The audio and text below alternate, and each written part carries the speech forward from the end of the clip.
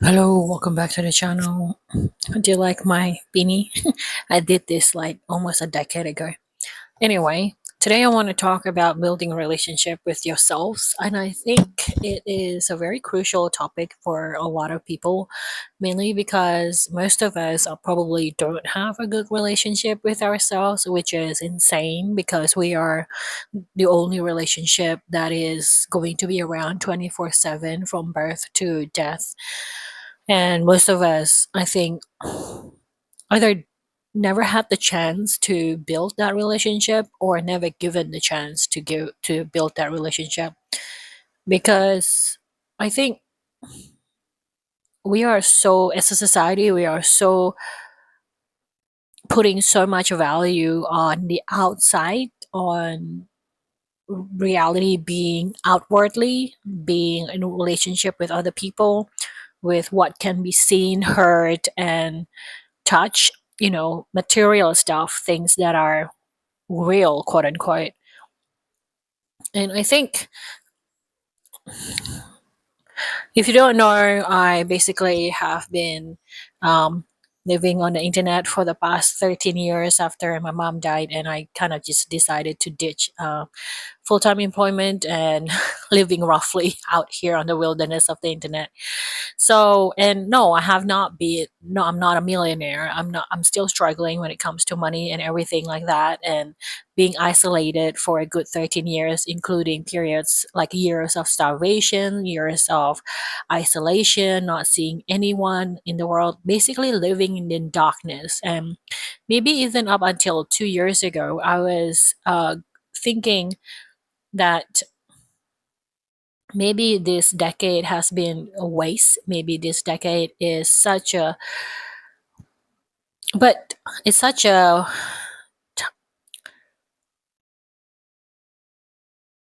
life changing in a negative way.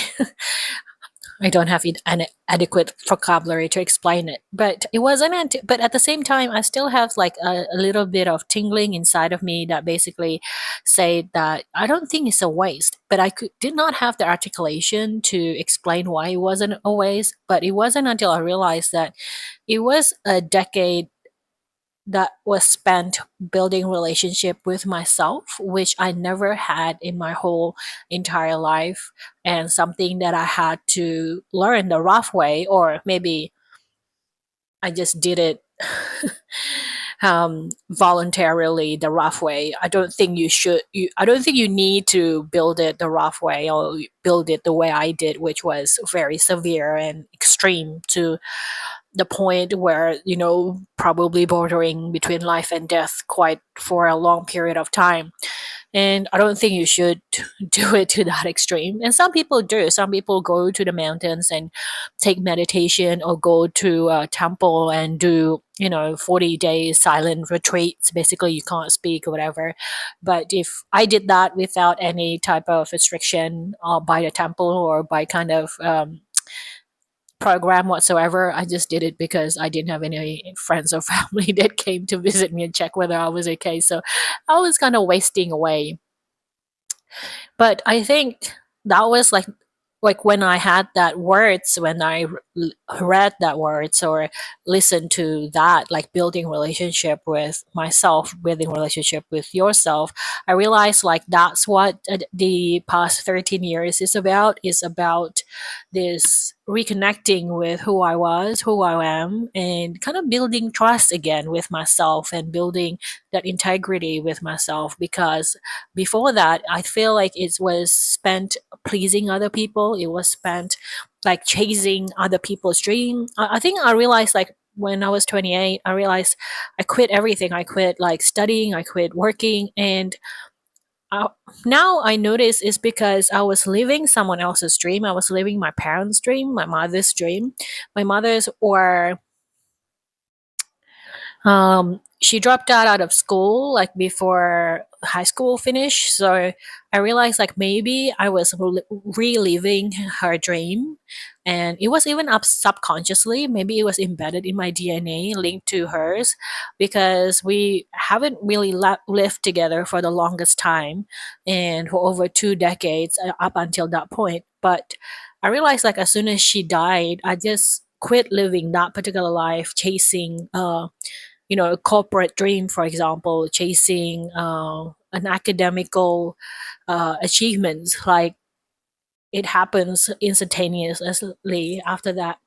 And it was weird because I feel like I was living by myself by then. It was earning my own money, but I never felt like I was living my own life. It was something that is invisible was attached to me, and I was not being controlled but rather being influenced.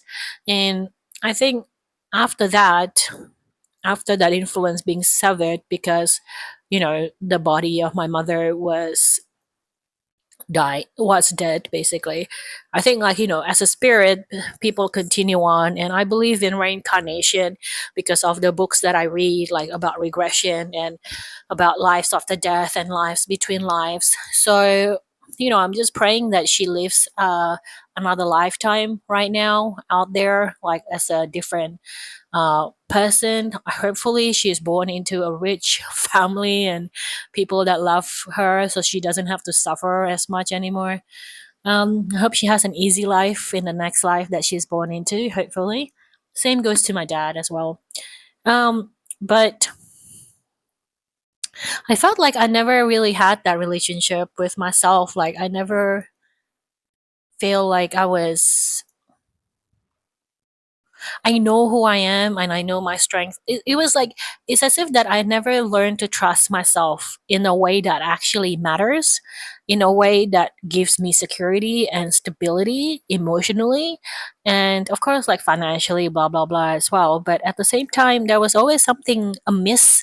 It was as if that when I was employed, for example, I still feel like a high emotional anxieties. It even like doubled every time I'm in employment. The anxiety is always through the roof. I felt like something will always go wrong.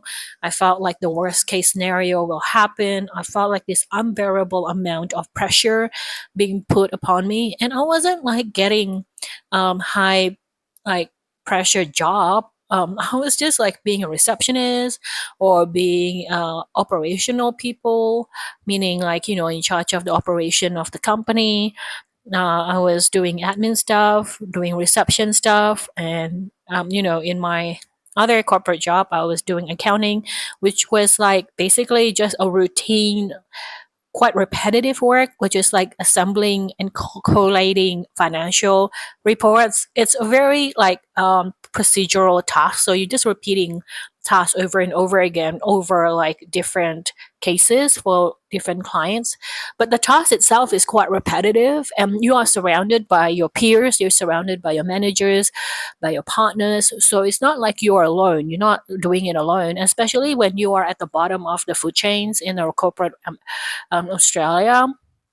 It means like you're not really responsible for much, really. If you're screwed up, that means like even though it might be your fault, there's a little consequences here and there. The larger consequences will fall upon your managerial level and the people above you, basically, and your mentor. So you yourself is not really responsible much.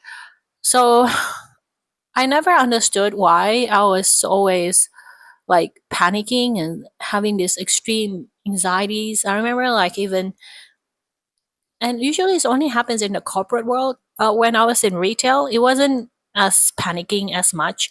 It was just more like about turning up and just doing the day to day stuff. But it's there, but not like full blown like when I was in corporate.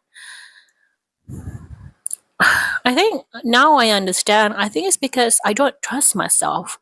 I don't trust myself to do a good enough job. It's like as if that I need constant feedback that I am doing a good job. But in the real world, people usually only get feedback if you are Well, back then anyway, I don't know the current corporate cultures or the current retail culture, but usually you only get feedback if you have a negative feedback, like someone needs to tell you, dude, don't do that. You're not supposed to do that. So there's always that constant fear of like feedback means like someone's gonna come up and tell you like, you're doing something wrong. Um, but I think it boils down to not trusting myself and not being sure of whether I can do something properly or not. And throughout the period where I just stopped being employed for the past 13 years, I think building that trust within myself is extremely important. And that's what it was about, because I remember when I was selling on eBay. So early days, I was selling on eBay. Basically, I needed money and I don't know how to make money. So I just selling stuff on eBay, and I remember like even writing down the address of the customers, the people that buy my stuff, right? I just get really anxious. I'm like, I was wondering whether it's going to arrive um, on time or not, or whether I wrote down the right address or not. Even when I have double checked, triple checked the address and it is as it was said on the computer, and on the label it's the same identical, but I was just kept fretting about it. It's just like this constant loop of anxiety, thoughts, and sentences in my head, and it just never stopped. And but I got through that. Nowadays I just like, oh well, if worst come to worst, they're probably going to complain that the item hasn't arrived yet, and I can offer them, I can just check with the post office, or I can offer them a refund. Like, it's not a big deal. But I know like that sounds like very simple and logical and like everyday stuff, and you guys probably think, yeah, of course, that's how it should be. But I wasn't feeling like that. I wasn't thinking like that. It just became like I was not sure of myself. I remember when I was a kid, and then I would write down a question. So I would write down an answer to a question, like for homework, for example. And then my mother would ask me, "Are you sure?" And I would just panic. I would just like, "Oh, I don't know. I don't know. I don't know if it's right or not." Like, and then my mom would say, "Just be sure when you think that you're right." And I'm like, "Okay." But I did not remember like the continuation of that particular moment. But I remember like even to that extent, it was like as if that I don't trust myself with a lot of things. And I guess even though after 13 years I don't have money to show for anything that I'm building, or I don't, my, society6.com/Valorine is not flushing with like hundreds of thousands of dollars of earning every month, or my Redbubble account, or my graphic work, or my YouTube is not making me any kind of money that is sustainable for like long-term planning. It's sustainable for everyday like hand to mouth feed. Like I have enough money to buy food, enough money to to pay my day-to-day expenses and rent and stuff. But I didn't have, so is so I lost my train of thoughts. It's gone. Completely gone. So now I have, I think it wasn't until I started building all of these things, even though they're not like making bank money, that I my self confidence have become stable. I still get anxiety attack. I still get panic attack. If you don't know, I did like a 2024 documentary about my 40th year. I turned 40 years old last year. I'm 41 this year, and I did like 5 days a week vlog. So the playlist is down below in the description box, or if you go to my channel, you can go to the playlist section. It should be still up there. And you could see like I spiraled so much anxiety, so much, and stressed out so much, to the point that it wasn't healthy at all. And my boundaries between private and public was also challenged so much last year, and it wasn't healthy. But at the same time, I felt like I trusted myself more and more as time progresses. So suddenly the 13 years being spent in isolation, even without like proven result, even without like this huge like success story of I am a millionaire now.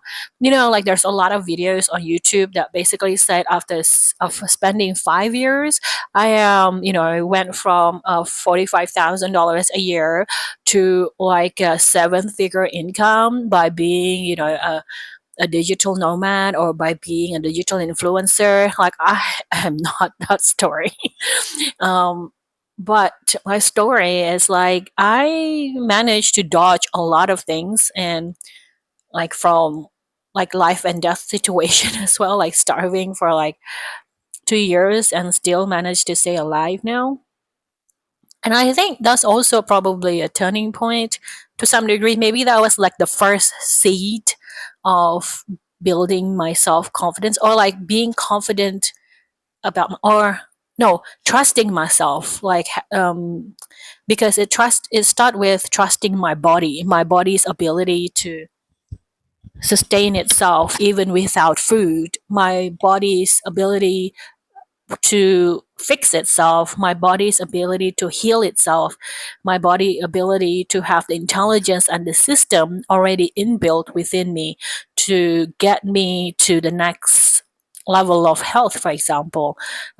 Even though the years following that is not a happy kind of experiences, even up until now, like maybe a decade later, I still feel like the results and the consequences of those period of starvation, for example. The health journey was still quite intense because now I realize I have chronic illnesses like Hashimoto, particularly where I'm basically was reactive to everything. Over the years, it started to become a lot more. It's like it has its ups and downs, but it's trending upwards. I think that's probably a better best way to explain it. It's like it doesn't go like that, but it goes like that. So it's trending upwards with its peaks and valleys as well. um so but like that was like the first seed of like trusting like the body, like okay, the body knows what it's doing, the body can survive without food for the longest time, and it can actually fix itself. Maybe I should just get out of the way more often, and a lot of my problems will be fixed. I think like when you are being faced with that survival type of situation, it's a lot easier to trust yourself as the year progresses, because you kind of have faced the worst case scenario that is like, facing death in the in the eye basically. um and and the death was basically saying no, I don't want to take you. And you're like okay, and you realize, like I realized at one point, then I have to, if I want to reach death, then I have to go the long way, which is like being alive and going through life story for this particular person that I have agreed to live with, or lived as. And I think by trusting, particularly my body, like that's the first step. That doesn't mean that I have trusted my mind yet, or that doesn't mean that I have trusted my emotional state yet. But slowly, it was just getting there, and um, I think like the final, not the final lesson, but the latest lesson that I learned was I can't even trust other people. But at the same time, it doesn't mean that I have to cut off my relationship with other people just because they don't live up to my expectation of what trusting means. And I think as soon as that happens, that realization that happens, like they're always people, other people are always going to behave for their own best interests. I stop like trying to find people to trust, and I think I kind of reclaim that trust back. I'm just like putting it inside my own mind and my own heart, and pushing for myself to trust moving forward, meaning like that realization, like everyone's gonna behave quite unpredictably anyway. All I have is myself. I just have to learn to trust myself. And it was an acceptance because I feel like, well, you can't trust the outside world anyway. And I can't trust myself, but I have to choose which one I can't trust more. And I think I reached a point at the latest development that I can say like, okay, I'm gonna trust myself more because that is a lot more not trustworthy. And that's like a huge achievement for my journey because in the past I would definitely trust outside more and kind of override myself and override my life experiences. And it took me a long time, and being neurodivergent is also a key here, like a very important thing to remember because our experience about the world is very different. Because as you know, our taste buds are different. The way our body moves are very different. I can hear electricity. I can hear like the bulb in the kitchen buzzing every time I turn it on. And that's not how it is with a lot of people, basically. I learned. And I think like trusting yourself means like you are opening up a whole world for yourself, which is really ironic and very paradoxical because you think that you're isolating yourself and you think that you're shutting yourself away from the world, which you are, which, you know, but at the same time, there is this because you are just focusing on yourself, you're focusing on your internal world, you're focusing on the way you are, and you're trusting your sensory system as well, and suddenly the world is look very different. Suddenly you don't doubt yourself as much.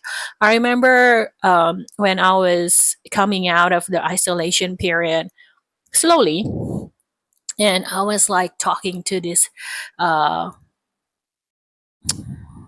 consultant, like this HR consultant, that the recruitment consultant basically. And it was probably a few only like a few weeks after I finished my starvation period. So I was still like, you know, in that recovery period, which didn't last long. I had like a very full blown health crisis about a year or two later. But suddenly I realized like when I was interacting with this person, the way I analyze his behaviors, his words are no longer the same way I used to. In the past, I would doubt myself. I would say things like, "Oh, I don't think that's what he thinks," because you know, my assessments about this person. I'm not calling my judgment about this person because judgment means you are colored with emotion, but I don't feel like I was colored in emotion. It was quite like a very non-personal assessment of this person. I realized like what he was doing. He's manipulating this conversation this way. He has a racist judgment against Asian. He has this judgment against rich people, and it was like so obvious. And what was lacking at that time was self doubt. I was certain about my assessment about this person, and I found that experience very refreshing. Oh no, it was very new. It was as if that a long period of isolation gives my sense of trust to a whole new level. And maybe it was back then I did not know what it was, but now assessing it, like this was a long time ago. This was 7 years ago, maybe. So I felt like now I can see it like it was a second seat of self trust, and this time it was more like a mental trust to my about the way I see the world. Like I trust my point of view more than I trust other people's opinion. And I think from then on I started building it slowly. Like if even if I ended up being wrong, like at the end of it, I would not be ashamed at backing my own opinion and my own point of view. While in the past, I probably would have. But I'm not saying that I would be cocky about it, but I think I would say it as if that it is my opinion. And I will not add things like, or I don't do it as often as I used to. I still do it, but I don't add things like, oh, you know, I can be wrong, blah, blah, blah. So, you know, it's only when I know that I'm probably not right and I need to have fact checks. But if it's an opinion, I would just state it like this is what I think. While in the past, like I would add a lot of, you know, fluffy stuff attached to the opinion. And I find it to be more productive. And at the same time, I think even if you are wrong, even when I was wrong, I think my opinion is valued a lot more, especially in a group setting. And I find that to be interesting. It's like you just have to back yourself a lot more, and you have to trust yourself. But that doesn't come instantly in my case. It came with a long period of isolation. It came with more than a decade building relationship, building trust, and keeping a lot of the words that I promised myself, being kind to myself, putting myself first. It's just like little things. It's like I remember this was probably one of the turning points as well. I remember my rice cooker. I had this rice cooker, and then because I was in a mess basically, and I wasn't keeping up with all the chores needed to be kept up, and there were a lot of cockroaches, and cockroaches really like warm and humid places. So it ended up like infesting like the rice cooker from deep inside, and I was like, I just kept using the rice cooker because I don't know how to get them out from the rice cooker. It doesn't touch like the rice that I was cooking, but it's inside the machine itself. And I did this for yonks, and I felt really bad. I felt like I was disrespecting myself. But up until this point, I never felt that way. But this point, I did.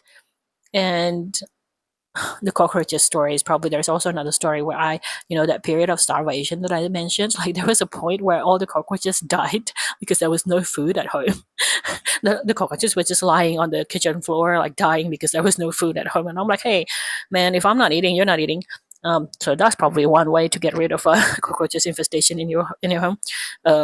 Fast, water fast. Then anyway, but I think like there was one point where I was like thinking, well, there was this one, like I'm imagining this one person that I really care about, and I felt like a lot of maternal love for, and I was asking myself a question: if this person, live the way I live and using this rice cooker for herself, how would I feel about it? I would be so angry because I would not tolerate that kind of treatment for this person that I care about. And that made me realize, like, oh,